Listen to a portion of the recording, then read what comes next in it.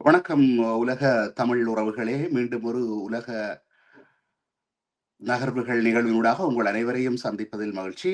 இன்றைய இந்த நிகழ்வில் நான் அருள் ஆஸ்திரேலியாவிலிருந்து என்னுடன் இந்த நிகழ்ச்சியை இணைந்து படைப்பவர் இராணுவ புலனாய்வு ஆய்வாளர், அரசியல் மற்றும் பொருளாதார ஆய்வாளர் கலாநிதி அருஸ் அவர்கள் லண்டனிலிருந்து இந்த நிகழ்ச்சியை என்னுடன் சேர்ந்து படைக்கிறார். வணக்கம் அருஸ். வணக்கம் அருள். இலக்கு நேர்களுக்கு எனது அன்பு கலந்த வணக்கம். ஆம். அருஸ், அதாவது இந்த சமாதான ஒப்பந்தம் ஒன்று கச்சாத்திர இருப்பதை பற்றி நேற்று நாங்கள் கலந்துரையாடி இருந்தோம். அது தொடர்பான சில தகவல்கள் கிடைத்துக் கொண்டிருக்கின்றன.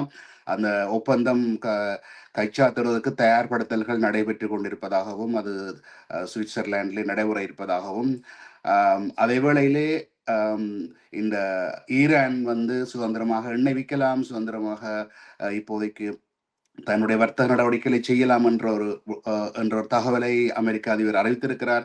ஆனால் அதே வேளையிலே இந்த ஒப்பந்தம் உருவாவதற்கு இன்னும் ஒரு நாள் இருக்கின்ற சூழ்நிலையிலே ஈரான் ஒரு நிபந்தனை விதித்திருக்கிறது. இஸ்ரேல் லெபனானிலே ஆக்கிரமிக்கப்பட்ட இடங்களிலிருந்து விலக வேண்டும். அப்படி விலகினால்தான் யுத்த நிறுத்தம் சாத்தியப்படும் அல்லது சமாதான ஒப்பந்தம் சாத்தியப்படும் என்று சொல்லியும், அதே வேளையே நெத்தன்யாகு அறிவித்திருக்கிறார், இஸ்ரேலிய படைகள் இஸ்ரேல் வெற்றி பெற்றுள்ளது, ஈரானுக்கு எதிராக வெற்றி பெற்றுள்ளது. இஸ்ரேலிய படைகள் தாங்கள் இதுவரை ஆக்கிரமிக்கப்பட்ட என்று சொல்லி பாருங்கள், தாங்கள் இதுவரை பிடித்த இடங்களிலிருந்து விலக மாட்டோம் என்றும் அந்த முரண்பாடு ஒன்றும் இதுக்குள்ளே இருக்கிறது. சமாதான ஒப்பந்தத்தின் முன்னேற்றம் என்ன? இந்த நான் கடைசியாக கூறிய இந்த இஸ்ரேலினுடைய நிலைப்பாட்டினால் இந்த சமாதான ஒப்பந்தம் கையெழுத்திடுவதில் எதுவும் பாதிப்பு ஏற்படுமா? சமாதான ஒப்பந்தத்தை இப்போது எல்லோரும், அமெரிக்கா மட்டுமல்ல, ஈரான் மட்டுமல்ல, எல்லா நாடுகளும் இப்போது அந்த சமாதான ஒப்பந்தம் பெற வேண்டும் என்பதில் தான் ஆர்வமாக இருக்கிறார்கள். இப்போ பிரான்சில் இடம்பெறுகின்ற அந்த G7 மாநாட்டின் போது கூட எல்லோரும் ஒருமித்த குரலில் இந்த ஈரானுக்கும் அமெரிக்காவுக்கும் இடையிலான உடன்பாடு உறுதி செய்யப்பட வேண்டும், கைச்சாத்திடப்பட வேண்டும், நடைமுறைக்கு வர வேண்டும் என்று விரும்புகிறார்கள். ஒரே ஒரு நாட்டை தவிர, அதாவது இஸ்ரேல். இஸ்ரேல் இதனை எப்பாடுபட்டாவது குழப்ப வேண்டும் என்பது இஸ்ரேலுக்கு மிகப்பெரிய தேவையாக இருக்கின்றது. அது நெத்தனியாவுடைய அரசியல் நலன் சார்ந்தது. இது தொடர்பாக இஸ்ரேலின் சேனல் 12 கூறியிருக்கிறது என்று சொன்னால், இஸ்ரேல் அமெரிக்காவுடன் கேட்டதாகவும் அந்த உடன்பாடு தொடர்பான அந்த ஆவணத்தை தங்களுக்கு தரும்படி, ஆனால் அமெரிக்க அதிபர் அதை மறுத்து விட்டதாகவும் அந்த சேனல் கூறியிருக்கின்றது. அதற்கு இஸ்ரேல் கூறியது என்னென்று சொன்னால், தங்களுக்கு என்ன அந்த உடன்பாட்டில் இருக்கிறது என்பது தெரியாது, தங்களை வெளியே வைத்திருக்கிறார்கள் என்று கூறியிருக்கிறார்கள். அதே சமயம் இந்த ஊடகங்கள் போட்டிருக்கிறது, ட்ரம்ப் கூறினார் நெத்தனியாவை பற்றி அவர் ஒரு காம்ப்ளிகேட்டட் மேன் என்று சொல்லி. அதே அதுவும் அமெரிக்கா இந்த உடன்பாட்டை இஸ்ரேலுக்கு மறைப்பதற்கான காரணம் என்றும் கூறியிருக்கிறார்கள். ஆனால் சுவிட்சர்லாந்தின் வெளிவார அமைச்சகம் கூறியிருக்கின்றது, அங்கு அதாவது சுவிட்சர்லாந்தில் வெள்ளிக்கிழமை இந்த உடன்பாட்டை கையெழுத்திடுவதற்கான நேரம், அதாவது உறுதி செய்யப்பட்டிருப்பதாக, இடம் உறுதி செய்யப்பட்டிருப்பதாகவும், இது கைச்சாத்திடப்படும் என்றும் கூறியிருக்கிறார்கள். அதே சமயம் ட்ரம்ப் கூறியிருக்கின்றார், இந்த வெள்ளிக்கிழமை உடன்பாடு கைச்சாத்திடப்பட்டதும் ஹோர்முஸ் நீரிணை உடனடியாகவே திறக்கப்படும் என்று கூறியிருக்கின்றார். அதே சமயம் இந்த உடன்பாட்டில் என்ன இருக்கிறது என்பது தொடர்பாக மேலதிக தகவல்களாக அதை உள்ளக தகவல்களை அறிந்து பல ஊடகங்களும் கொண்டு வந்திருக்கின்றன. அதாவது ஈரானும் அமெரிக்காவும் மற்றும் அவற்றின் கூட்டணிகளும் லெபனான் உட்பட எல்லா போர் முனைகளிலும் போர் நிறுத்தத்தை மேற்கொள்ள வேண்டும் என்றும், அணு ஆயுதங்கள் உருவாக்கவோ அல்லது கையகப்படுத்தவோ மாட்டோம் என்று ஈரான் உறுதிப்படுத்தி இருக்கிறதாகவும், எதிர்கால பேச்சுவார்த்தைகளில் ஈரானின் செறிவூட்டப்பட்ட யுரேனியம் கையிருப்பு குறித்து பேச இருதரப்பினரும் ஒப்புக்கொண்டிருக்கிறார்கள். அதாவது யுரேனியத்தை இப்போதைக்கு இந்த உடனடியாக தர வேண்டும் அல்லது ஒப்படைக்க வேண்டும், அதை விதிவிலக்காக விட்டிருக்கிறார்கள். பேச்சுவார்த்தைகளின் போது ஈரான் தனது தற்போதைய அணுசக்தி திட்டத்தை தொடரலாம் என்றும் கூறியிருக்கிறார்களாம். பேச்சுவார்த்தையின் போது அமெரிக்கா புதிய தடைகளையும் பிராந்தியத்தில் இராணுவ குவிப்பையும் தவிர்க்க வேண்டும் என்று கூறியிருக்கிறார்கள். மற்றது 60 நாட்களுக்குள் ஹோர்முஸ் நீரிணை தடையற்ற மற்றும் பாதுகாப்பான வர்த்தக கப்பல்கள் போக்குவரத்துக்கான பகுதியாக உருவாகுவதை ஈரான் உறுதி செய்ய வேண்டும் என்று சொல்லியும், புரிந்துணர்வு ஒப்பந்தம் நடைமுறைக்கு வந்தவுடன் முடக்கப்பட்ட ஈரானிய நிதியை அமெரிக்கா விடுவிக்கும் என்றும், ஒரு இறுதி ஒப்பந்தம் ஏற்பட்டப்பட்டால் அமெரிக்கா 30 நாட்களுக்குள் தனது படைகளை திரும்ப பெற்று ஈரான் மீதான அனைத்து தடைகளையும் நீக்கும் என்றும், ஒரு இறுதி ஒப்பந்தத்தில் ஈரானுக்கு $300 பில்லியன் புனரமைப்பு நிதி வழங்கப்படும் என்றும், பேச்சுவார்த்தைகளின் போது ஈரான் எண்ணெய் விற்க அனுமதிக்கப்படும் வகையில் அமெரிக்கா தற்காலிக தடைகளை விலக்கும் என்று சொல்லியும், ஓமான் மற்றும் வளைகுடா நாடுகளை உள்ளடக்கிய மேலதிக பேச்சுவார்த்தைகளில் கடல்சார் மற்றும் கப்பல் போக்குவரத்து ஏற்பாடுகள் குறித்து விவாதிக்கப்படும் என்றும், ஈரானின் அணுசக்தி திட்டம் உள்ளிட்ட இறுதி ஒப்பந்தம் குறித்து 50 நாட்களுக்குள் பேச்சுவார்த்தை நடத்த இந்த கட்டமைப்பு இந்த உடன்பாடு வலியுறுத்துகிறது என்றும் கூறியிருக்கிறார்கள். அதே சமயம் அமெரிக்க அதிபர் கூறியிருக்கின்றார், அந்த $300 பில்லியன் அது பொய்யான செய்தி என்றும் கூறியிருக்கின்றார். ஆனால் அதனை ஏடி வான்ஸ், அமெரிக்காவின் துணை அதிபர் கூறியிருக்கின்றார், இல்லை இல்லை, நாங்கள் அது ஒரு நிதி, அது அமெரிக்காவுக்கும் அல்லது இந்த கூட்டணி நாடுகளுக்கும் ஈரானுக்கும் இடையிலான ஒரு நிதி முகாமைத்துவ கட்டமைப்பாகத்தான் அது இருக்கும் என்று கூறியிருக்கின்றார்கள். இதே சமயம் எம்பிசட் என்று, அதாவது யுஏஇன் தலைவர் இப்போது எகிப்துக்கு 2 விமானங்கள் நிறைய விஐபி விமானங்களில் போய் இறங்கி இருக்கின்றார். அங்கு அவர் பேச்சுவார்த்தை நடத்திய பிற்பாடு அவரும் இப்போது அந்த G7 மாநாட்டில் கலந்து கொண்டிருப்பதாக கூறப்படுகின்றது. அப்ப எல்லா நாடுகளும் இப்போது இந்த போரை முடிவுக்கு கொண்டு வருவதற்கு எல்லோருடனும் பேசுகின்ற ஒரு நிலை என்று ஏற்பட்டிருக்கின்றது என்று சொன்னால், இந்த போரினால் அவ்வளவு தூரத்துக்கு எல்லா நாடுகளும் தான் பாதிக்கப்பட்டிருக்கின்றன. இந்த இடத்துல ஒரு கேள்வி ஒன்று என்னவென்றால், பொதுவாக ஒரு அமைதி ஒப்பந்தம் ஏற்படுத்தப்பட்டால் அதனை கண்காணிப்பதற்கான ஒரு குழு அல்லது ஒரு அமைதிப்படை அல்ல ஐநா அமைதிப்படை இவ்வாறு ஒன்று ஏற்படுத்தப்படுவது வழமை. இல்லை என்றால் அதனை யார் கண்காணிப்பது, என்ன நடக்கின்றது என்பது தெரியாது. இந்த ஒப்பந்தத்திலே அவ்வாறு கண்காணிப்பு குழு அல்லது அமைதிப்படை அல்லது ஐநா தலையீடு அல்லது இந்த ஏதோ இந்த அரபு அல்லது மேற்குலகம் சேர்ந்த கூட்டு நாடுகளின் படைகள் கண்காணிக்கும் என்பதை பற்றி ஏதாவது ஷரத்துக்கள் இருப்பதாக தெரிகிறதா? ஐக்கிய நாடுகள் சபை இந்த ஈரான் அணுசக்தி விவகாரங்களை இதுவரை காலமும் கண்காணித்து வந்தது ஐக்கிய நாடுகள் சபையின் அணுசக்தி பிரிவு. ஆனால் அவர்கள்தான் பெருமளவான உளவு தகவல்களை இஸ்ரேலுக்கு வழங்கியதாகவும் இஸ்ரேல் அவர்களுக்கு ஊடுருவி இருப்பதாகவும் பிறகு ஈரான் குற்றம் சாட்டியிருந்தது. குரோசியை கூட அவர்கள் நாட்டுக்குள் வருவதற்கு அனுமதிக்க மறுத்திருந்தது ஈரான். இந்த பேச்சுவார்த்தை உங்களுக்கு தெரியும், இந்த கடந்த வாரம் ட்ரம்ப் இந்த உடன்பாட்டை அறிவித்த போது ரஷ்யாவும் சீனாவும் ஒன்றை கூறியது, இந்த உடன்பாட்டை இறுதி செய்த பிற்பாடு பாதுகாப்பு சபையில், ஐக்கிய நாடுகள் சபையின் பாதுகாப்பு சபையில் கொண்டு வந்து பாதுகாப்பு சபையின் ஊடாக அது ஒரு உத்தியோகபூர்வமாக அங்கீகரிக்கப்பட்ட உடன்பாடாக மாற்ற வேண்டும் என்று. ஆனால் அமெரிக்கா அதை விரும்பவில்லை. ஏனென்று சொன்னால், ஐக்கிய நாடுகள் சபையின் பாதுகாப்பு சபையில் கொண்டு போய் வீட்டோ அதிகாரம் இல்லாமல் அதை நிறைவேற்றப்பட்டால் அது அமெரிக்காவுக்கு எதிர்காலத்தில் ஒரு தாக்குதலை நடத்துவதற்கோ அல்லது எல்லாவற்றுக்கும் ஒரு பாதகமாக முடியும். அமெரிக்கா அதை மதிக்கப் போவதில்லை, அது வேறு விடயம். இல்லாவிட்டாலும் ஒரு பாதகமாக அமையும் என்பதால் ரஷ்யா தான் இதை கூறியதை வரிய சீனாவும் ரஷ்யாவும் இவ்வாறு அதை செய்ய வேண்டும் என்று. ஆனால் அமெரிக்காவும் எதையும் பேசவில்லை, ஈரானும் எதையும் பேசவில்லை. ஏனென்றால் ஐக்கிய நாடுகள் சபை உங்களுக்கு தெரியும், இந்த தற்போது இடம்பெற்று வருகின்ற உக்ரைன் போராக இருக்கலாம், காசா இடம்பெற்ற போராக இருக்கலாம், ஈரான் போராக இருக்கலாம், எந்த ஒரு போரிலும் போது ஐக்கிய நாடுகள் சபை எந்த ஒரு காத்திரமான பங்கை ஆற்றவும் இல்லை. ஐக்கிய நாடுகள் சபையில எந்த விதிகளையும் யாரும் மதிக்கவும் இல்லை என்ற நிலை இருக்குது. இப்ப எனவேதான் உங்களுக்கு தெரியும், ட்ரம்ப் இந்த அமைதி சபை என்று சொல்லி ஒன்றை, இந்த பீஸ் கவுன்சில் ஒன்றை இந்த காசாவுக்கு ஏற்படுத்தினார். அப்போ அதை உருவாக்கிய போது அவர் அதை ஏன் என்று சொன்னால், ஐக்கிய நாடுகள் சபைக்கு பரலலாக அவர் தனக்கான ஒன்றை உருவாக்குவதாகத்தான் அப்போது கருதப்பட்டது. அதற்கு பிற்பாடான காலங்களில் இப்போது ஐக்கிய நாடுகள் சபை ஒரு செயற்திறனற்றதாகத்தான் இருக்கின்றது. எனவேதான் இப்போது பிரான்சில் நிற்கின்ற இந்திய பிரதமர் மோடி கூட கூறியிருக்கின்றார், ஐக்கிய நாடு சபையின் பாதுகாப்பு சபை மறுசீரமைக்கப்பட வேண்டும் என்று கூறியிருக்கின்றார். சரி, இப்பொழுது இந்த இஸ்ரேலை நாங்கள் சற்று இந்த சமாதான ஒப்பந்தம் தொடர்பாக கொஞ்சம் நாங்கள் ஆராய்வோம். என்னென்றால், இப்ப சமாதான ஒப்பந்தத்திலே அமெரிக்காவுக்கும் ஈரானுக்கும் இடையிலே தான் 2 நாடுகளுக்கும் இடையிலே ஒப்பந்தம் ஏற்படுத்தப்படுகிறது. இதிலே இஸ்ரேல் உள்வாங்கப்படவில்லை. இஸ்ரேல் தொடர்ந்தும் லெபனானுடன் தாக்குதல்கள் செய்து கொண்டிருக்கிறது. இப்போ அமெரிக்காவுக்கும் ஈரானுக்கும் இடையிலான ஒப்பந்தத்தின்படி அமெரிக்கா இந்த யுத்தத்திலிருந்து வெளியேறிவிட்டது. மத்திய கிழக்கிலிருந்து தனது படைகளையும் ஆயுதங்களையும் விலக்கி கொண்டு விட்டது என்று வைத்துக் கொள்வோம்.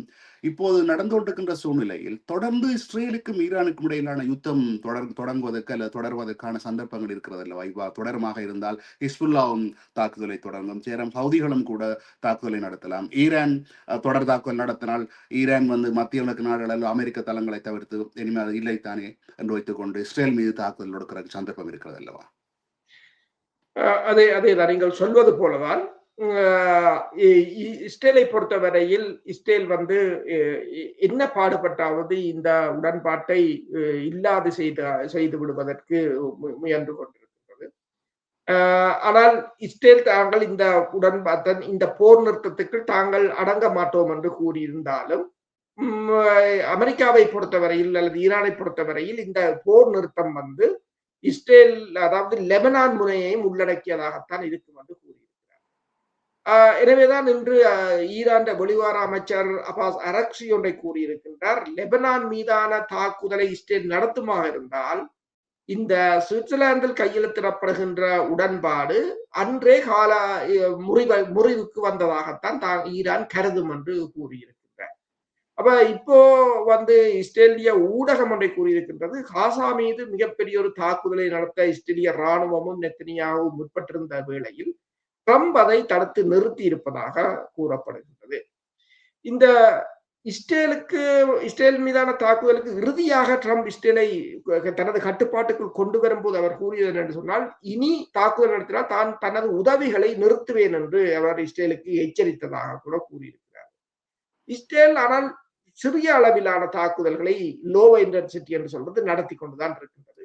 அதே சமயம் ஹிஸ்புல்லாக்களும் தாக்குதலை நடத்தி கொண்டுதான் இருக்கிறார்கள். இந்த ஹிம்பி என்று சொல்கின்ற அமெரிக்காவின் கவச வாகனங்களாக இருக்கலாம், அல்லது M113 என்ற துருப்பு காவி வாகனங்களாக இருக்கலாம். இவை கூட இன்று தாக்கப்பட்டதாக, அதாவது அபாபில் என்ற ட்ரோனை பயன்படுத்தி ஹிஸ்புல்லாக்கள் இன்று தாக்குதல் நடத்தியதாக கூறுகிறார்கள். ஹிஸ்புல்லாக்கள் இப்போது இஸ்ரேலின் உட்பகுதியில் தாக்குதல் நடத்துவதை விட இஸ்ரேலினால் ஆக்கிரமிக்கப்பட்ட தெற்கு லெபனான் பகுதியில் தான் அதிக தாக்குதலை நடத்தி கொண்டிருப்பதாக கூறப்படுகின்றது. அதே சமயம் அமெரிக்கா இஸ்ரேலில் இருந்த தனது டேங்கர் எரிபொருள் நிரப்பு விமானங்களில் கிட்டத்தட்ட 74 விமானங்களை இப்போது அங்கிருந்து அதாவது பென் கொரியர் விமான நிலையத்தில் இருந்து அதனை வெளியேற்றுவதாகவும் தகவல்கள் கூறுகின்றன. என்னென்று சொன்னால், அமெரிக்காவுக்கும் இஸ்ரேலுக்கும் இடையிலான ஒரு கடினமான கால பகுதியாகத்தான் இது இருக்க போகிறது. ப்ளூம்பர்கின் தகவல்களின் அடிப்படையில் அமெரிக்காவின் எண்ணெய் கையிருப்பு முற்றாக தீர்ந்து விட்டது என்றுதான் அவர்கள் கூறுகிறார்கள். அவர்கள் என்ன கூறுகிறார்கள் என்று சொன்னால், அமெரிக்காவின் எண்ணெய் கையிருப்பு 43 வருடங்களுக்கு இல்லாத அளவுக்கு குறைந்திருக்கிறது என்று சொல்லி, அதாவது 1983ஆம் ஆண்டு நிலைக்கு சென்றிருக்கிறது என்று சொல்லியும், 172 மில்லியன் பேரல்களை வெளியில் எடுத்துத்தான் இந்த எண்ணெய் விலையை அவர்கள் $100 கீழே நடுக வைத்திருந்தார்கள் என்றும், அதனால் அமெரிக்காவின் எண்ணெய் இருப்பு 243 மில்லியன் பேரல்களாக குறைந்திருக்கின்றது. அந்த டேங்குகளை, எண்ணெய் சேமிப்பு தாங்கிகளை ஒரு நல்ல நிலையில் வைத்திருக்க வேண்டும் என்று சொன்னால் கிட்டத்தட்ட 150 மில்லியன் பேரல் அதுக்குள் இருக்க வேண்டும் என்றும், எனவே அதை கழித்து பார்த்தால் அமெரிக்காவுடன் தற்போது கையிருப்பே இல்லை என்ற ஒரு நிலையிலும் இருக்கின்றது. எல்லாவற்றையும் கருத்தில் கொண்டுதான் அமெரிக்க அதிபர் இந்த உடன்பாட்டுக்கு வந்திருக்கிறார். அமெரிக்காவுக்கு மட்டுமல்ல, உலகளாவிய எல்லா நாடுகளுக்குமே இந்த கையிருப்பு என்பது பஃபர் ஸ்டாக்குக்கும் கீழே, அது அடிப்படை மட்டத்திலும் கீழே சென்று விட்ட நிலைமை ஒன்று இருந்தது. எல்லா நாடுகளாலும் தெரிவிக்கப்பட்டதல்லவா?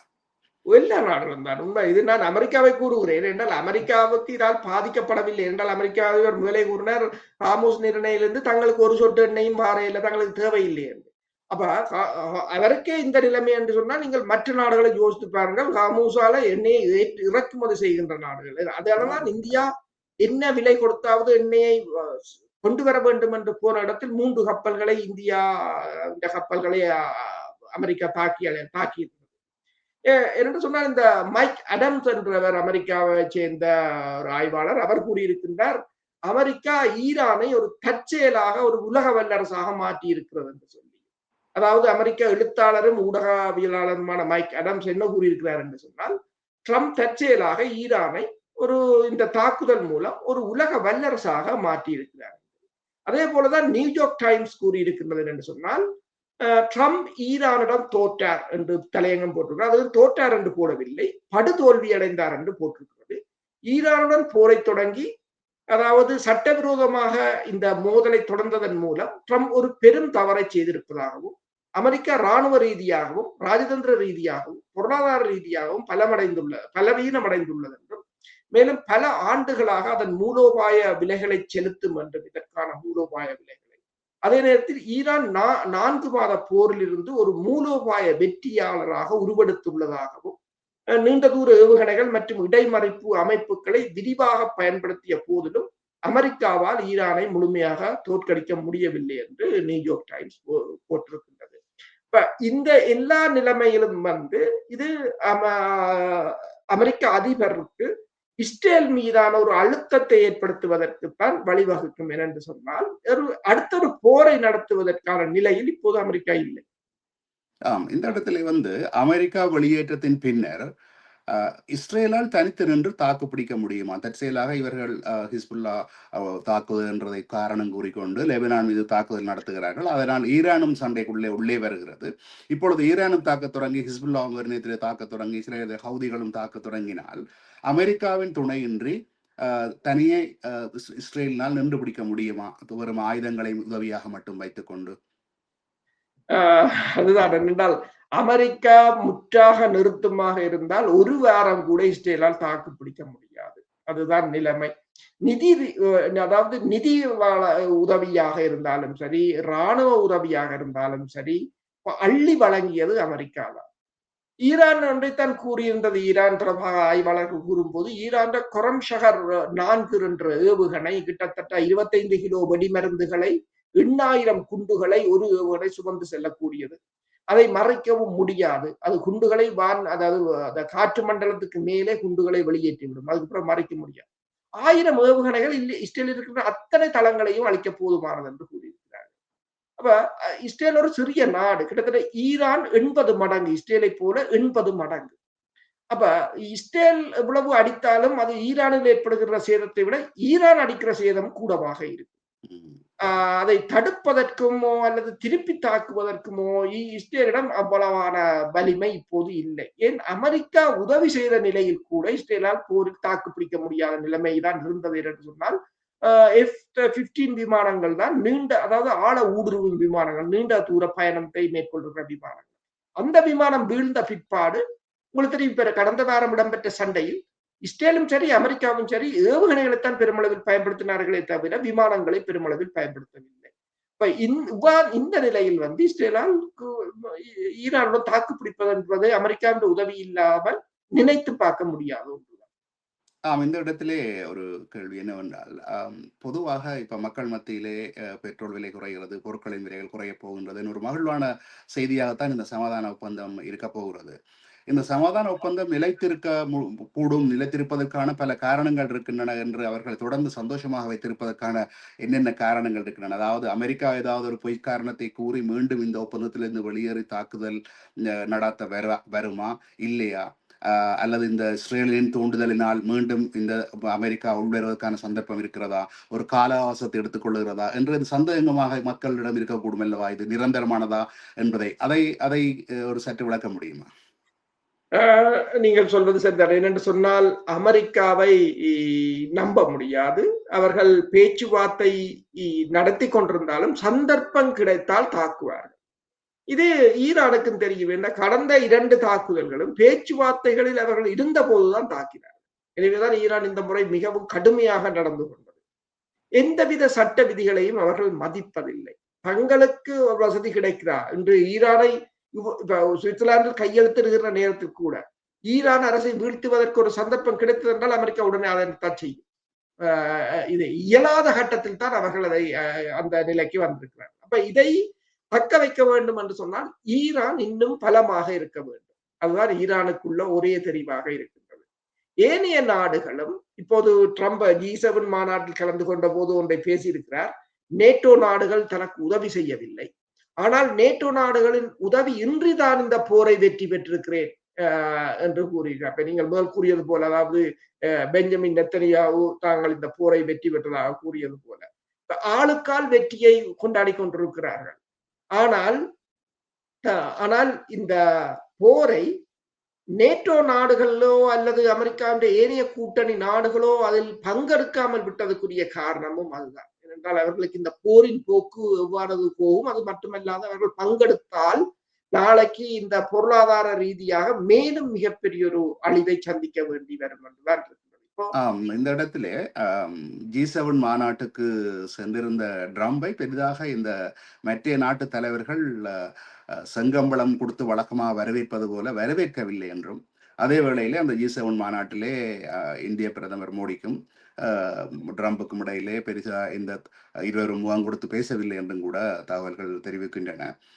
இந்த G7 மாநாட்டிலே இருந்து ட்ரம்ப் கற்றுக்கொள்வதற்கு நிறைய இருக்கின்றது அல்லவா?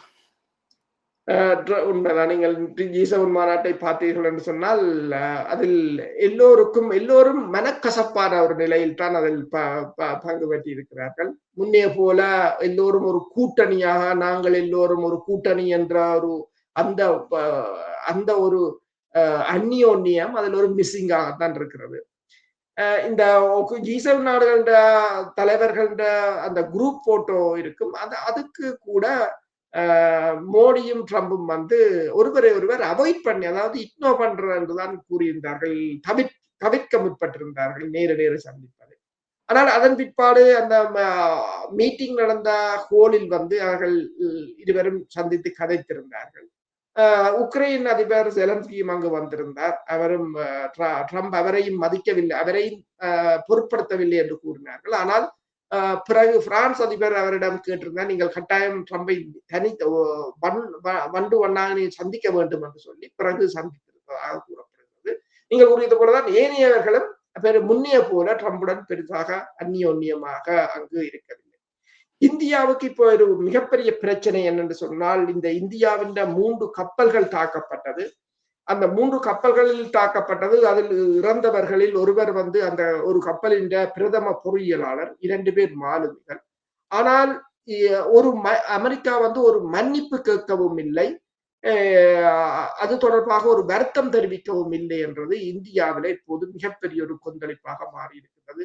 அவர்கள் ஒன்றை கூறுகிறார்கள் என்று சொன்னால், இது அமெரிக்கா அதற்கு ஒரு இழப்பீட்டை தர வேண்டும் என்று சொல்லியும், பொதுமக்களின் கப்பல் என்று தெரிந்தும் அதை தாக்கியது என்றும், தாக்கி கப்பலில் இருந்தவர்கள் கடலில் வீழ்ந்த போது அவர்களுக்கு உதவியை கூட அவர்கள் வழங்கவில்லை என்று சொல்லியிருக்கிறார்கள்.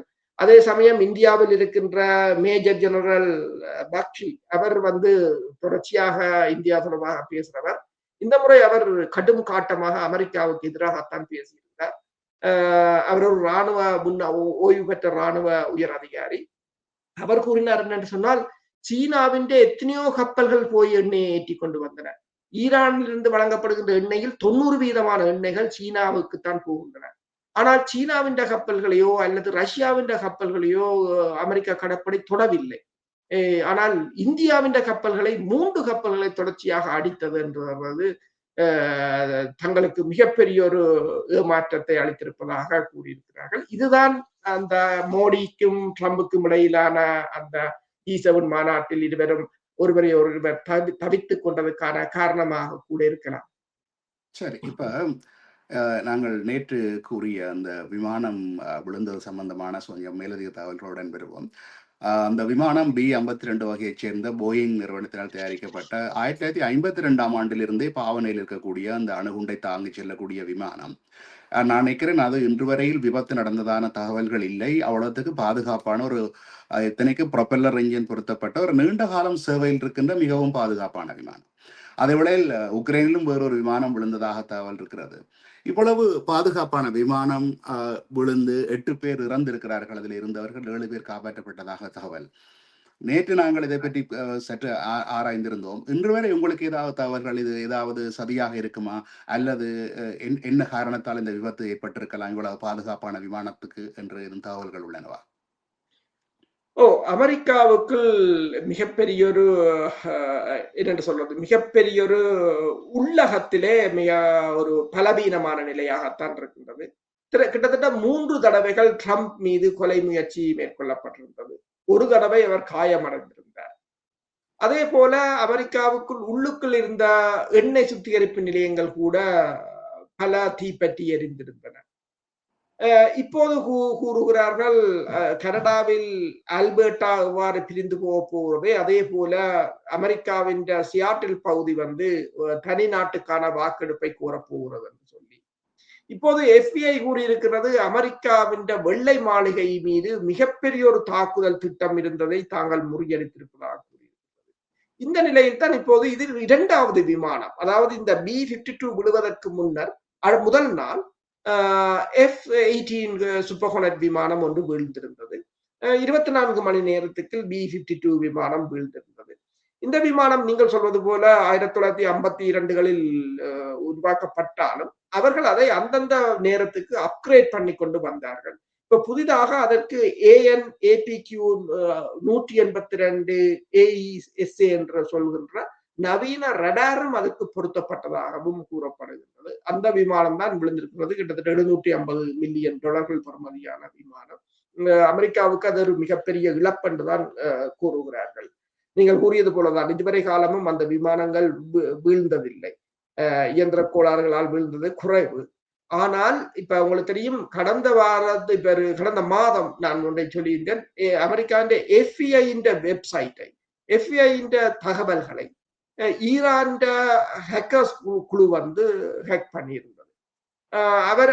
அதாவது இந்த கேஷ் பட்டேல் FBI தலைவரின் தனிப்பட்ட புகைப்படங்கள், குடும்ப புகைப்படங்களை கூட அவர்கள் கையகப்படுத்தி வெளியிட்டிருந்தார்கள் என்று தகவல் வந்திருந்தது. அப்ப இந்த இலத்திரனியல் தொழில்நுட்பம் இப்போது அமெரிக்காவுக்குள் இலகுவாக ஊடுருவி இருக்கிறார்கள். இப்ப இந்த விமானங்கள் செயற்பாடுகள், கட்டுப்பாடுகளை அதாவது ஹேக் பண்ணினார்களோ அல்லது இலத்திரனியல் தொழில்நுட்பத்தால் வீழ்த்தினார்களோ என்றதான் மிகப்பெரிய ஒரு கேள்வி. இப்ப பல விமானங்கள் இவ்வாறு விழுந்து கொண்டுதான் இருக்கின்றன. இன்றும் Su-24 என்ற விமானம் உக்ரைன் விமானம் வீழ்ந்ததாகவும் 2 விமானிகளும் கூறியிருக்கிறார்கள்.